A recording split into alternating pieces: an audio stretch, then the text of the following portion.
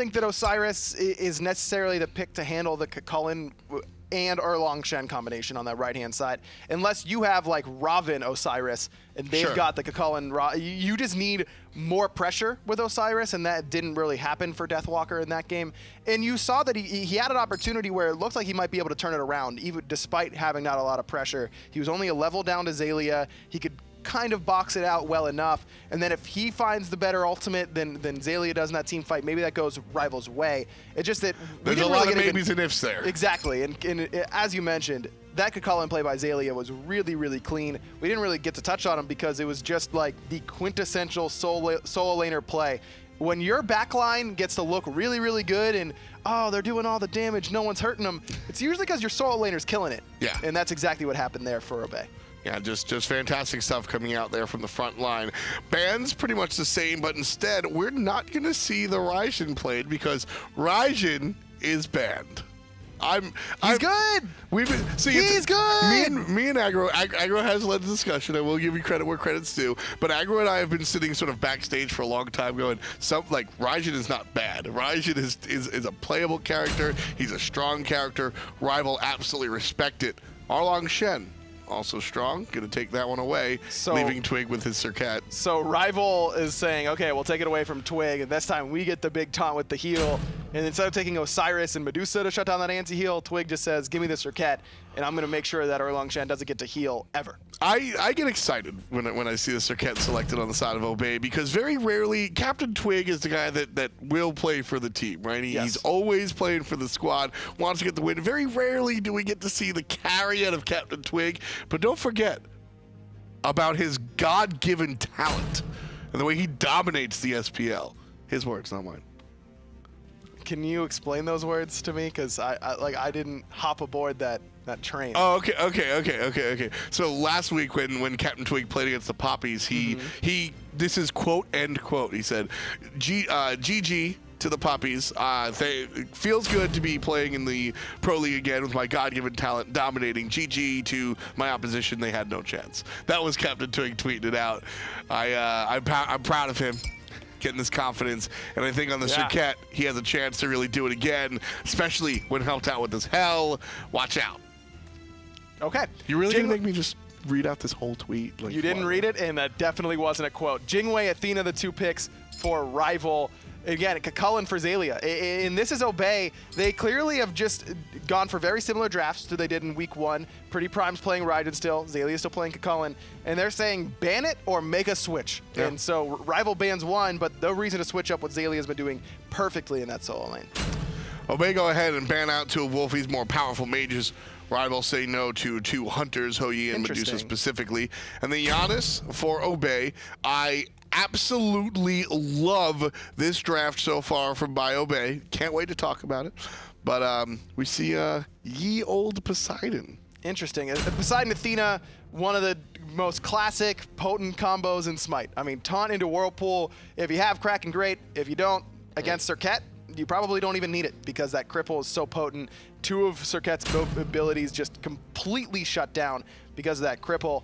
Poseidon, definitely a strong pick here. Poseidon is a great pick here, not just for the Circuit is, yes, this is why I think you're picking the Poseidon, but also against Giannis. He can't walk through walls if he's crippled. Love this pick. I really love this selection of the Poseidon. Robin going to be the final pick for Rival. Still not sure where we see those two warriors wind up. Erlang Shen and Robin are both available for Team Rival. Deathwalker playing Erlang Shen. Okay. Yeah, definitely. In my mind, it's got to be Erlang Shen, and it is. When was the last time you got to see Robin last pick? It's been a while. It's been a while. It's been a while. All the way down. Now, this is a composition that can fight early with Obey, and I think that this is a much better adjustment by Rival this time around. Ice didn't necessarily do anything, you know, egregious in game 1, didn't do anything. But he never got a chance to. He never got his car started because it was just Twig and Xaylia pressuring his jungle all game long. This time, it's a matter of can he do the same thing to Twig on the Circuit, whereas these, you know, this is the opportunity to show why these warriors in the jungle are so oppressive right now against the Assassins. It's so difficult to get the ball rolling as an Assassin in the early game. At the same time, Obey Alliance, they've picked this Assassin and they've given him every tool possible. You've got a healer by way of Emilzy, you have a auto escape buttons by way of Pretty Prime, portals, and ultimate. Quite obviously, Xayah can provide knockups, even more ability for Captain Twig to get in or get out. This is why I love this draft. You pick the Circuit, give Captain Twig the ability to carry, and then just build the draft around him, further enabling him to be the guy. And again, Ataraxia left all alone on that left-hand side, so Kalas and Vote just go in and try and strip away that red buff. Speed buff going to get invaded, though, on the right-hand side by Obey. So here we, interesting. So you were talking about early game coming out for Ice Baby here on the Robin, quite obviously. What are you looking for specifically? Where are you looking for, I should say? This is, for Obey? Yeah, yeah. So Team Rival, they've got the jungle with this early nonsense. Where do you want to see them start the party? Rival just has to put it on the right side of the map in my mind. Now, you can't do it around mid because Giannis's early clear is solid, but Poseidon should have the advantage overall with how strong his clear is now. But with the Hell in mid, I mean, that is so much mage pressure that Obey have that I don't know if Ice can really make that impact in the mid lane. More stuff, more like this on the right side by the speed. Oh, they caught out Xayah, trouble as he dashes forward, so maybe a little bit less trouble. Still very low, walking into this one. Confidence abound. It's because he's got all of his team in the jungle. Nice damage coming out from Emilzy. You can see that 1-2 punch, the Dark Stance, Light Stance, Magic Missiles coming out. That's, you can tell Emilzy's been practicing that one. Yeah, absolutely has. Inspired by Aurora at the Energy Invitational. Hey, what's Hell's Light Stance 3? Inspire. But Emilzy wasn't here, so he wasn't in range to get hit by it.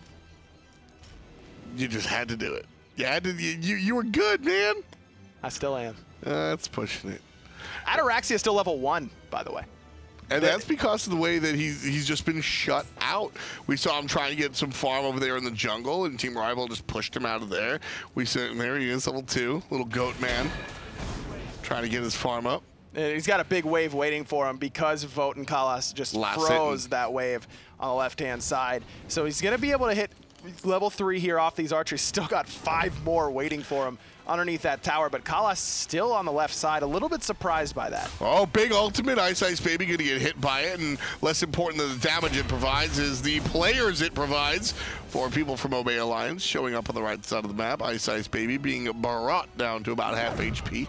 They do get the shell out from Ice Baby there. No purification beads for him. If Twig's 5 in that scenario, that's a dead Robin because Ice Baby didn't have the Mystic Rush available. But that just goes back to the pressure that Ice and Deathwalker put on that right-hand side, keeps them alive in that scenario. Because if Twig's able to free farm and hit 5 when he wants, that's probably a first blood in Obey's favor. But because of the fact that they were invading, they were out clearing, Ice Baby doesn't have to worry about it.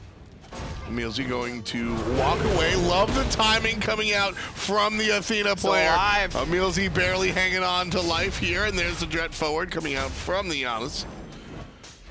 That taunt right there. So Emilzy still stays alive, but the taunt right there, fantastic. The dash forward from Kalas, triggering the instant cleanse from Hell just because it's like the Naja. You hit beats when you get sashed, right? Yes. Kalas intentionally waited that. Oh man, I loved it.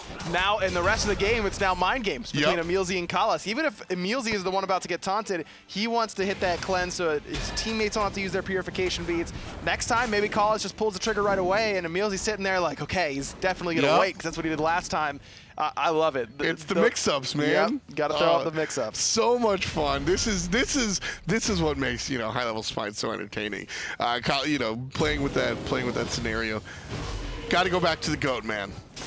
Ataraxia, level 5 now. It's all evened up.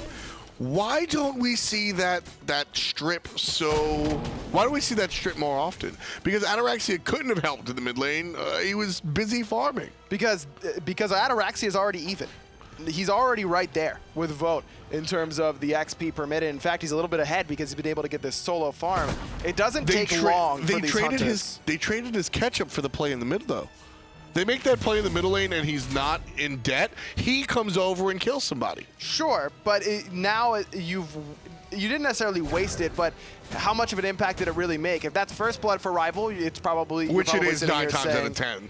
Right, but it wasn't. So, you know, again, it's a lot of ifs and maybes in that sentence there for you. That's fair. It just doesn't take long for these hunters to get back into it. I mean, look at the Valence Squadron game where, or excuse me, the Elevate game against Energy. Oof. Jermaine gets first blood, loses both buffs. He's down 3 levels to Emilito.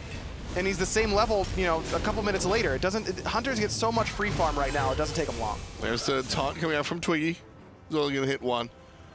This Serket, Serket is one of the more impressive characters, I think. Very hard to pilot. Absolutely. So many intricacies of that kit. And you have to be so accurate when it comes to that 2 and team fight scenarios, because if you're hitting one person when they're next to a teammate, you have to be hitting the second teammate, or else you're not going to be able to guarantee your big damage with the Death Bane onto both of them, or even one of them in a lot of cases.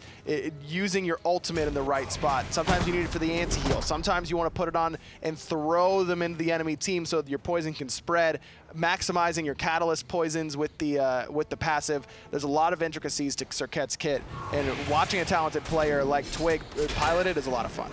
You ever see a Serket ult the minion and push it into the team? Yeah, the minion bomb. Yeah, you ever seen a Serket ult a minion and then Kumba knocks it into the enemy team? That's a lot of fun as well. The classic was the heart bomb. Yes. The Cupid heart bomb with the belly bump from Kumba. Seeing those combos. Actually, it's interesting. Ajax was talking about combo characters individually, which characters set themselves up. I love to see the intricacies between you know, separate characters, because those are the things that you don't necessarily have to build a whole composition around, but certainly help. Taunted to Kraken, I think the most basic version of that. When it works, and things like that certainly can. Deathwalker might be in some trouble, but Twig wisely holds the ultimate there. And that's, I don't think they have any wards on that right-hand side. It's just knowing that speed is up, so Rival's likely to be there. Love the positioning coming out from Vote. Vote jumps away from the Kronos, understanding that Ataraxia has to dash towards the tower, and he cuts the distance by half of the dash because he's already in front of the player he's trying to fight. Meanwhile, the whole team's coming up over here on the left-hand side. Vote gets joined by Kalis, as Obey gets joined by everybody, thanks to the Honest Ultimate. 2 ults for 1. You get both duo lane ultimates from the Athena and Jingwei in exchange for pretty primes. Not a bad trade for Obey. Nice taunt, but just a little bit of damage after the fact. There's the cleanse from Emility to avoid the cripple. That would be Wolfie's Whirlpool had it been available. Now, whenever Wolfie, if he does decide to go for Gem of Isolation, that could really make Emility's job a lot harder trying to hold that cleanse. Ooh, Ice Ice Baby all by himself. Mystic Rush on top of it. He knows he's dead here. It's just a matter of time, and first blood going to Obey Alliance. But who will it be? Emilzy, the swift support. And honestly, normally when your support gets the first blood in a situation like that, you're like, come on, man, really? That guy was dead. I wanted that bounty. When it's hell, take it. Take the gold.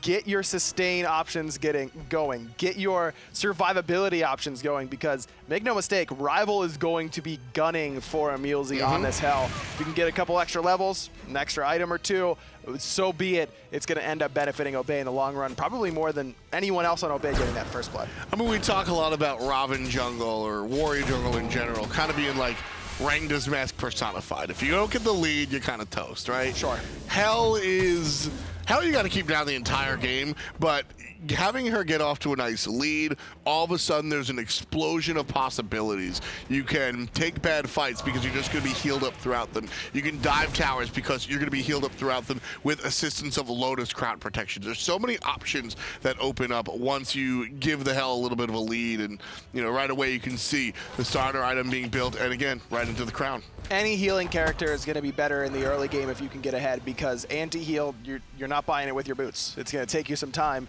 big point to get it. And so if you can get a lead and make sure that you have as many points as you can into your healing abilities, you're going to be able to get the most mileage out of it then, because there's no chance anyone's going to be anti-healing you anytime soon. Giannis here for pretty prime. feel like it's been a long time since we've seen Prime on the Giannis. It has been, and it's been a while, and wouldn't be surprised if that Lost Artifact turns into a Doom Orb, and Absolutely. there it is. Prime plays Doom Orb mages no matter what, and Giannis probably the best Doom Orb mage in my mind because he has such a weird power curve of pretty strong in the early game in terms of damage to gods with Unstable Vortex, and then he hits a lull where he doesn't really do a lot in the mid game, and then he'll start really chunking again in the late. Doom Orb kind of puts that curve where you want it to a little more, accelerates that later game stage, and you can really utilize that extra power from the Soul Stone if you can hit two people, or you can hit the double hit of the Unstable Vortex. That being said, I still think Sands of Time probably the better starter option for Giannis, just for that CDR option. I'll agree with that one. Gold Fury half HP. Here comes Vote, trying to make a play, but it's a little bit too late. Obey just sneak that one away, easy peasy. There's the Kraken on the right side of the map. This time it's going to rival both the kill and the objective. Xayah taken down by Deathwalker. Fight still continuing, the ultimate on top of Wolfie, both friendly and enemy, but I think it's the damage that's going to be a little bit more potent. Not dead just yet. Wolfie around the backside. Nobody from Obey Alliance able to control it, but immediately goes down to the hand of Deathwalker. And Ataraxi's in a ton of trouble because here comes Vote right up over the top, but Prime with the Unstable Vortex nice sets up Ataraxia for the kill. 2 kills go the way of Obey, but that portal's open and Wolfie's back. Prime has to get out of here. Still dodging and weaving. Wolfie looks so slow compared to the threshold. Holding Mage through the wall. Minion wave's coming, so Prime gonna take some damage here, but this is his option. Where does he go? Wolfie's still chasing him down, and Poseidon one of the best at chasing down the Giannis because of that innate movement speed, part of his passive, that tide, letting him try and catch up to the mage. Oh, I thought he was back, and oh, Cripple! Cripple can't walk through the wall! Wolfie drops down the port. Notice how Wolfie drops the Whirlpool inside of the wall, understanding exactly what that Giannis wants to do. Now, Rival getting that Portal Demon was huge there. They understand that Obey is getting the Gold Fury, and they're not going to be able to get there in time. So they go for the Portal Demon. They use everything for it. Kraken comes out from Wolfie to make sure it gets secured. And that is the heartbreaking moment for Obey because they put so many members to very low HP. Ice Baby, Wolfie, Deathwalker. Wolfie was at 1. All survive with 1 HP, and what happens? Wolfie backs, comes through the portal, and makes a difference in that team fight. Now, I loved Prime's ultimate there, though. Coming from Gold Fury, he had the option. Do I try and steal away the Portal Demon? Never going to out-DPS that Kraken. Instead, he cuts off the escape route by Team Rival and sets up his team for a lot of success. If that was 2 minutes from now, they probably get a triple kill, and they might even be able to, get 2 towers in mid or on the right-hand side. They just were just short of having enough damage to make a really smart play, but it was Prime's ultimate that put them in the position to do so. Yeah, Prime, like I said, it's been a while since we've seen him on the Giannis, but still just maintaining that sort of, these are Giannis only thoughts, right? You're not thinking about how to cut the players off when you're playing the Raijin, for example. But I think Prime is one of the reason that Prime has become such a celebrated mid laner is because he's like a steel trap. He like learns the character and he goes, okay, next, and he just doesn't forget it. His god pool is really, really big, and you don't expect that from someone who just wants to pick Vulcan every game. Usually the guys who have their signature god are kind of one-trick wonders, but not the case for Prime whatsoever. You ban out the Vulcan, you ban out the Raijin, he'll pull out the Morrigan, he'll pull out Giannis, he'll pull out Ra. He's got the Zeus still. He's got so many gods in that god pool, and he can, every time he plays one, you're like, man, he's good at that god. Yeah, and it's frequently characters that we don't really respect in the current meta or whatnot. And shout outs to Wolfie for bringing out the Poseidon, right? And I think it's interesting watching these players play against each other, specifically Wolfie and Pretty Prime, because they understand the mage class, I think, a little bit better than some others might. Captain Twig looking for something, but Kala's doing a great job of controlling everybody else. Emil's chunking, though, and look at the net worth. He's the highest on Obey, just below the ADC and solo from Rival. He's above his own ADC, he's above his own solo laner. So he's got a lot of levels there and a lot of gold. So he's already finished off that Lotus Crown, now working towards some magical protection with that enchanted Kasari tree, trying to make sure that he doesn't get one-shot by this Kraken. I think that's the right call, because even with Ice Baby's Brawler's Beat Stick and his base damage as a warrior, he's not going to be able to 100 to 0 Emilzy before a heal gets off or before his sprint goes off and he can run to his team. Wolfie is the one that Emilzy needs to be worried about. And so this magical protection route that he's going right after the Lotus Crown, which gives him and his squad physical protection, is a wise choice. So here we see Team Rival, their mid laner. We were talking about the Poseidon. What keeps Poseidon out from being a #1 pick, and why is he working here? He was a #1 pick for a long time, even in Season 4. And I think the main thing right now is just that, I don't know. He's got the early clear. People just kind of forget about him, I think. And while the knock on Poseidon has always been and will always be, once you Aegis the Kraken, he's useless. But if you have something like Taunt, you never feel useless as Poseidon. You could always feel like you're making an impact with that Whirlpool. I think he's pretty good right now. It's just that when you've got Thoth as an option, gods like that can 100-0 people even without their ultimate come late game, it can be difficult. He's always been a shorter range mage compared to gods like Thoth and Ra, so you need to be a little bit more in the thick of things, in the middle of the action. But things like upgraded sprint, which Kalas has picked up already spent that 500 gold to get the upgrade going, that give him the Fatalis effect on the Trident, that is really, really potent, because Trident puts out a lot of damage that really isn't expected by a lot of people. Gods like Serket that are locked down in that Whirlpool get shredded faster by Trident than they do by the Tidal Surge a lot of the time. And so if you have that survivability and the damage option of someone who's going to come to you, Poseidon can be pretty good. But watch out, because if you miss that Kraken, you do not do as much as other mages do, unless you can find a big Whirlpool. I think this is one of the compositions where that caveat is less of a headline because of the fact that cripple is so valuable against Captain Twig, against Pretty Prime. Even Zaylia, don't forget, he also has the stun, which is a movement ability. That's going to be crippled out as well. So, that cripple is very important. It's cripple on demand, not on your Guardian, right? I love that. Team Rival, meanwhile. Obey, meanwhile, just sneaking objectives. It's not even sneaking objectives. Nobody really wants them, I guess. Vote in a bad spot. Still has the beads, has to use them, and the ultimate from Kalas. Dingo's Deathwalker multi-man taunt, but he's all alone. Kraken comes out, but only hits Zaylia. There's a blink forward. Captain Twig dealing the damage on the Deathwalker, bringing him pretty low. Backside coming out the mage. Pretty Prime walks into everybody. Oh, that damage. Such big damage coming out of Prime's Unstable Vortex. Now Wolfie's caught out in the mid lane. No mana for him. Aegis and the Purification Beads from Rival's mid laner. And this is where the sustain comes in from Obey. Rival, they had it last time. They had the Ra. This time, it's Emilzy who has that heal. And just able to, I like Emilzy's heal. You do it while you do it. I'll explain that in a second. Please do. I would really like to hear that. Wolfie, you gotta sit back and recharge and then go for it. Emilzy, you're just accomplishing what you want while healing up at the same time. You do it while you do it. Emilzy now in trouble, though, after that taunt. Tidal Surge comes out, but still fairly healthy. Nice choice portal to come back for the portal there. The Whirlpool may have slowed him down. Probably gets out either way, even without a sprint. Wouldn't be surprised if Wingblade is the next option here for Emilzy. Give him a little bit more HP and that slow immunity, but I like the idea there from Rival. Pull the Fire Giant, force Obey to make a response. You don't get a lot out of it, but at least you kicked the tires, made sure that Obey was paying attention.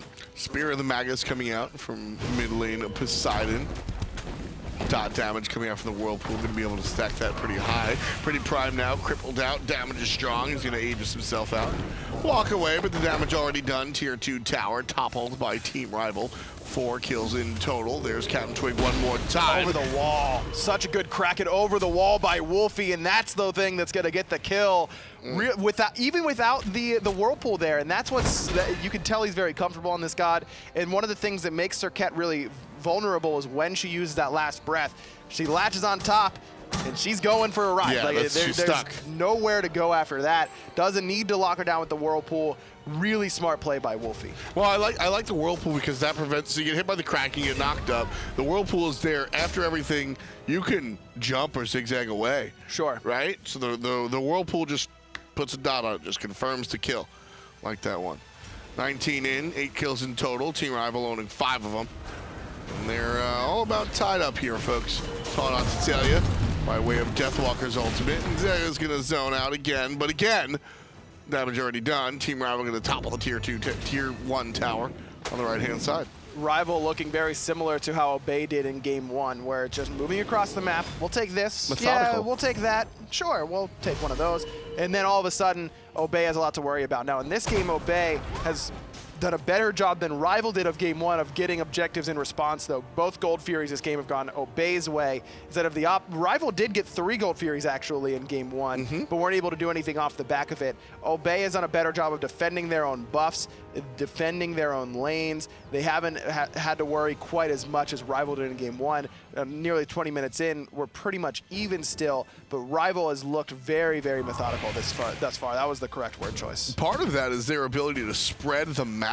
I mean, if you walk 5-on-5 into a tower, you're going to have a team fight. Team Rival have been able to really handle this by 5-man ganking 1 or 2 players. Those players back off to play it safe, and then they wind up with the tower. That sort of opportunity does not come by accident. Well, Vote is going to try and do it again on this left-hand side, but this time all by himself. Serket, it was on the left side of the map, but it's Prime is actually going to pick up this farm on the left, making sure that Vote can't split push down this tower if he were to stick around. I like that Vote has gone right into the crit tree right away, because as a Jingwei, you have some crit built into your kit. Explosive Bolts gives you increased critical strike chance for the next 3 autos. You're going to be able to kind of stack the deck in your favor and really get that Poison Star passive working for you. Yeah, so that's the key right there, is the passive. Told out to Ataraxia. He's going to have to beads out, turn and run. No big deal right there, but Team Rival do confirm the right side. Harpies still worthwhile at this point in the game. Giving a little bit of farm, but still technically trailing. But this is a tie one. Game 1 was Obey's, and it was Obey's pretty much, even when the game was tied, it felt like it was Obey's game. This time, I mean, this is a coin flip for me. This is a composition where Athena works really well, not only because of the synergy with Rival's draft that we've talked about pretty extensively thus far, but because Obey doesn't have the innate counter to Athena, which is beads her initial initiation and then instant kill her with your mage ultimate. Giannis isn't going to do that for you, so Kalas doesn't have to worry quite as much. Deathwalker going to be tossed away, like the play coming out from Captain Twig. Saw the Kalas was channeling the ultimate, and the Portal Demon pulled up by Team Rival.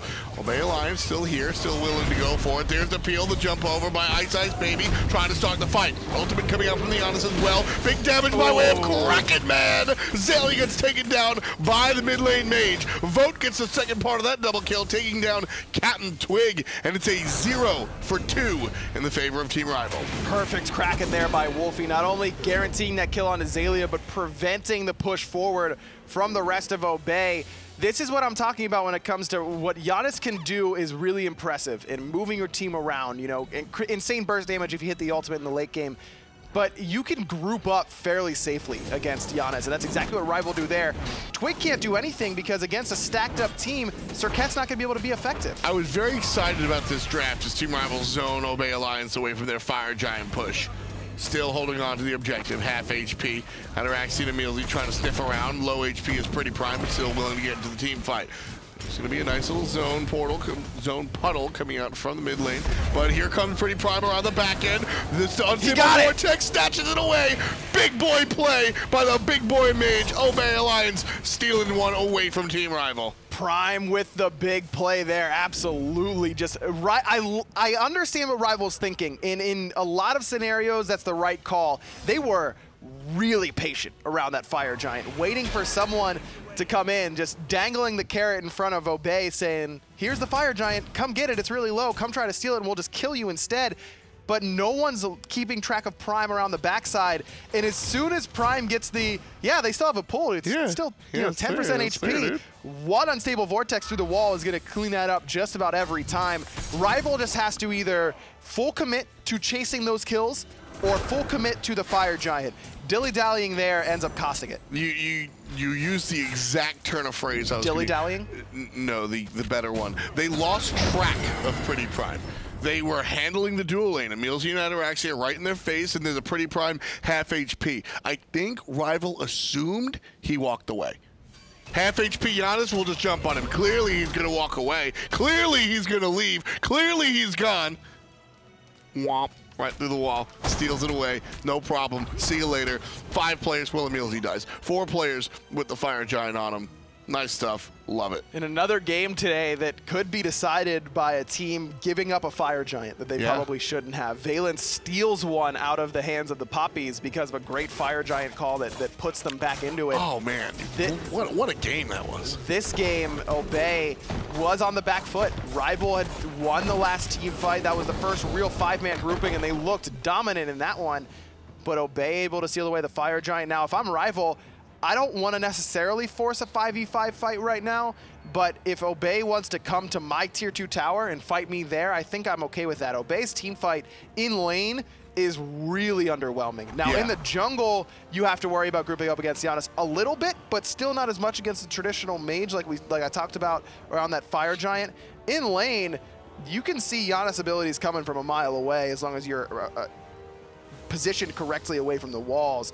Rival should be able to take these defense as long as Ataraxia gets checked on this Cardanos. Wolfie's always been a fan of the Poseidon, and this is Obey. I don't want to say making a mistake in the picks and bans. This is Team Rival just like playing it perfectly. And I love this Obey draft. You heard me even talking during the draft like, I want to talk about it. It's just letting Captain Twig do his thing. But Wolfie is the one guy that shuts down the whole draft. Everything you want to do with the whole Serket, Giannis, Emil Z, Zelia, everything you want to do with this 3 to 4-man combo gets shut down by the giant cripple puddle. Kala dashes forward with the taunt only on to Zelia, and then he gets hit by that through space in time from Prime, who was lurking in the jungle, gives Twig a way out. And again, not only do they have the Fire Giant now, but Emilzy here with the heals. Obey not too worried about the poke damage coming from Rival. Team Rival, look how scared these players are. They're on the tier 1 tower just looking towards that jungle, understanding that anything can happen. Gotta watch out for virtually anything.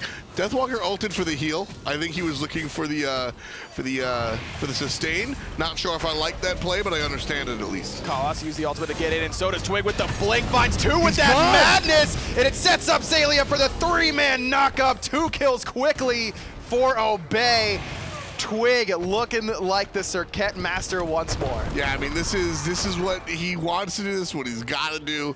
And Wolfie's been able to shut him and his team down for a while, but at some point, something's got to give. That double madness, you pointed it out. You said it in theory. You said, hey, this is how you have to make it happen. Get the 2 players so that all the damage goes on 2.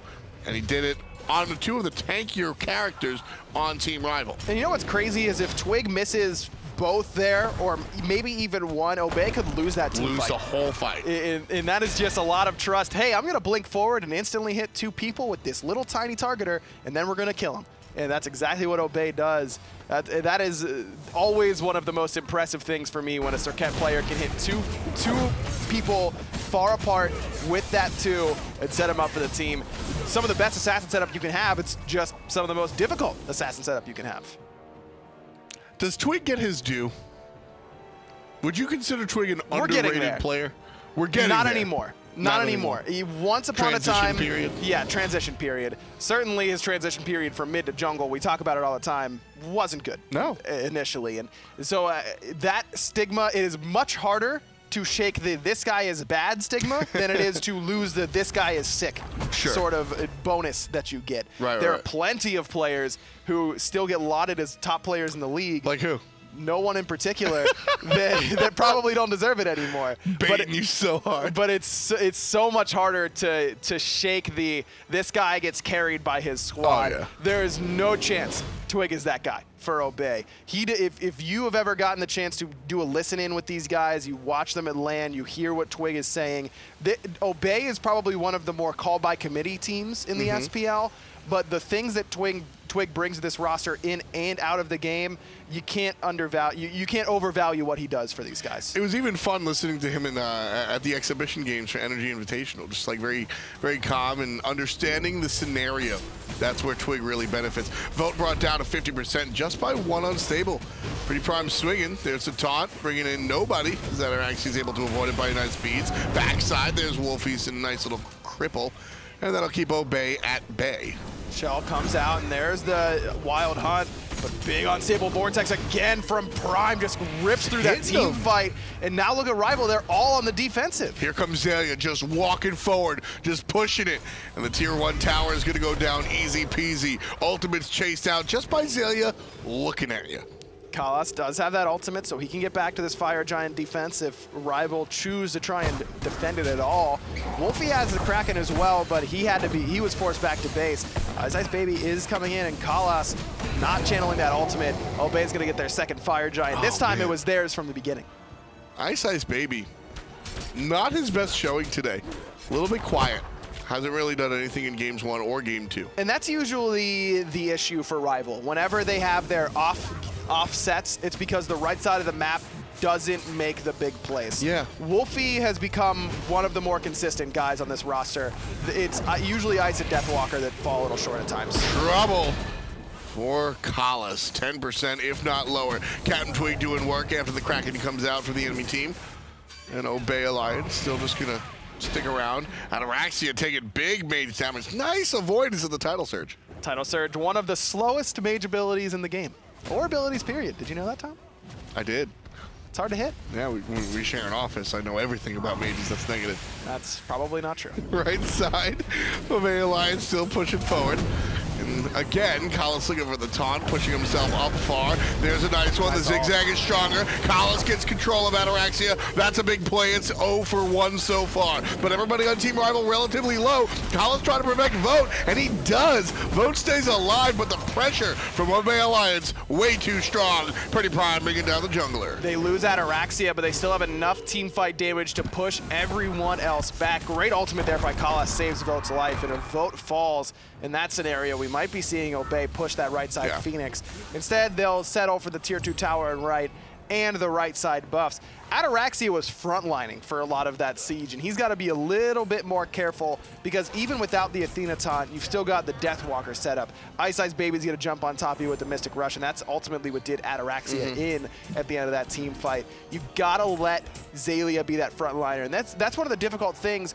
A lot of times teams with the Hell will actually bait one of their carries that isn't Hell to the front line. You'll see Emilzy use that cleanse on Ataraxia in order to get them to engage, and then he's safe, he gets healed, and the team fight starts going in Obey's favor. This is where the shortcomings of having a non-Guardian support can start to show its face, is that you will have a limited number of frontline characters there to step up front and take the brunt of that early game, that early siege damage, but it can't be Ataraxia. Right. Ataraxia's got to be the one to survive in those team fights because he's the one who's going to be able to get you the objectives afterwards. Yeah, he's the structure damage, and he's the guy that's deleting the squishies in just a number of hits. And that's the problem with this composition from Obey. You've got Ataraxia who needs to survive because he's taking the objectives. Prime can't be the guy because he's, you know, a through-the-wall assassin dude who's not going to be anywhere near that team fight when it breaks out. It can't be Twig because he's got Blink, and if he gets hit to start the engagement, he can't keep it going with the Blink into the back line, and so Zelia is really the only one who can do it besides Emilzy or Ataraxia. So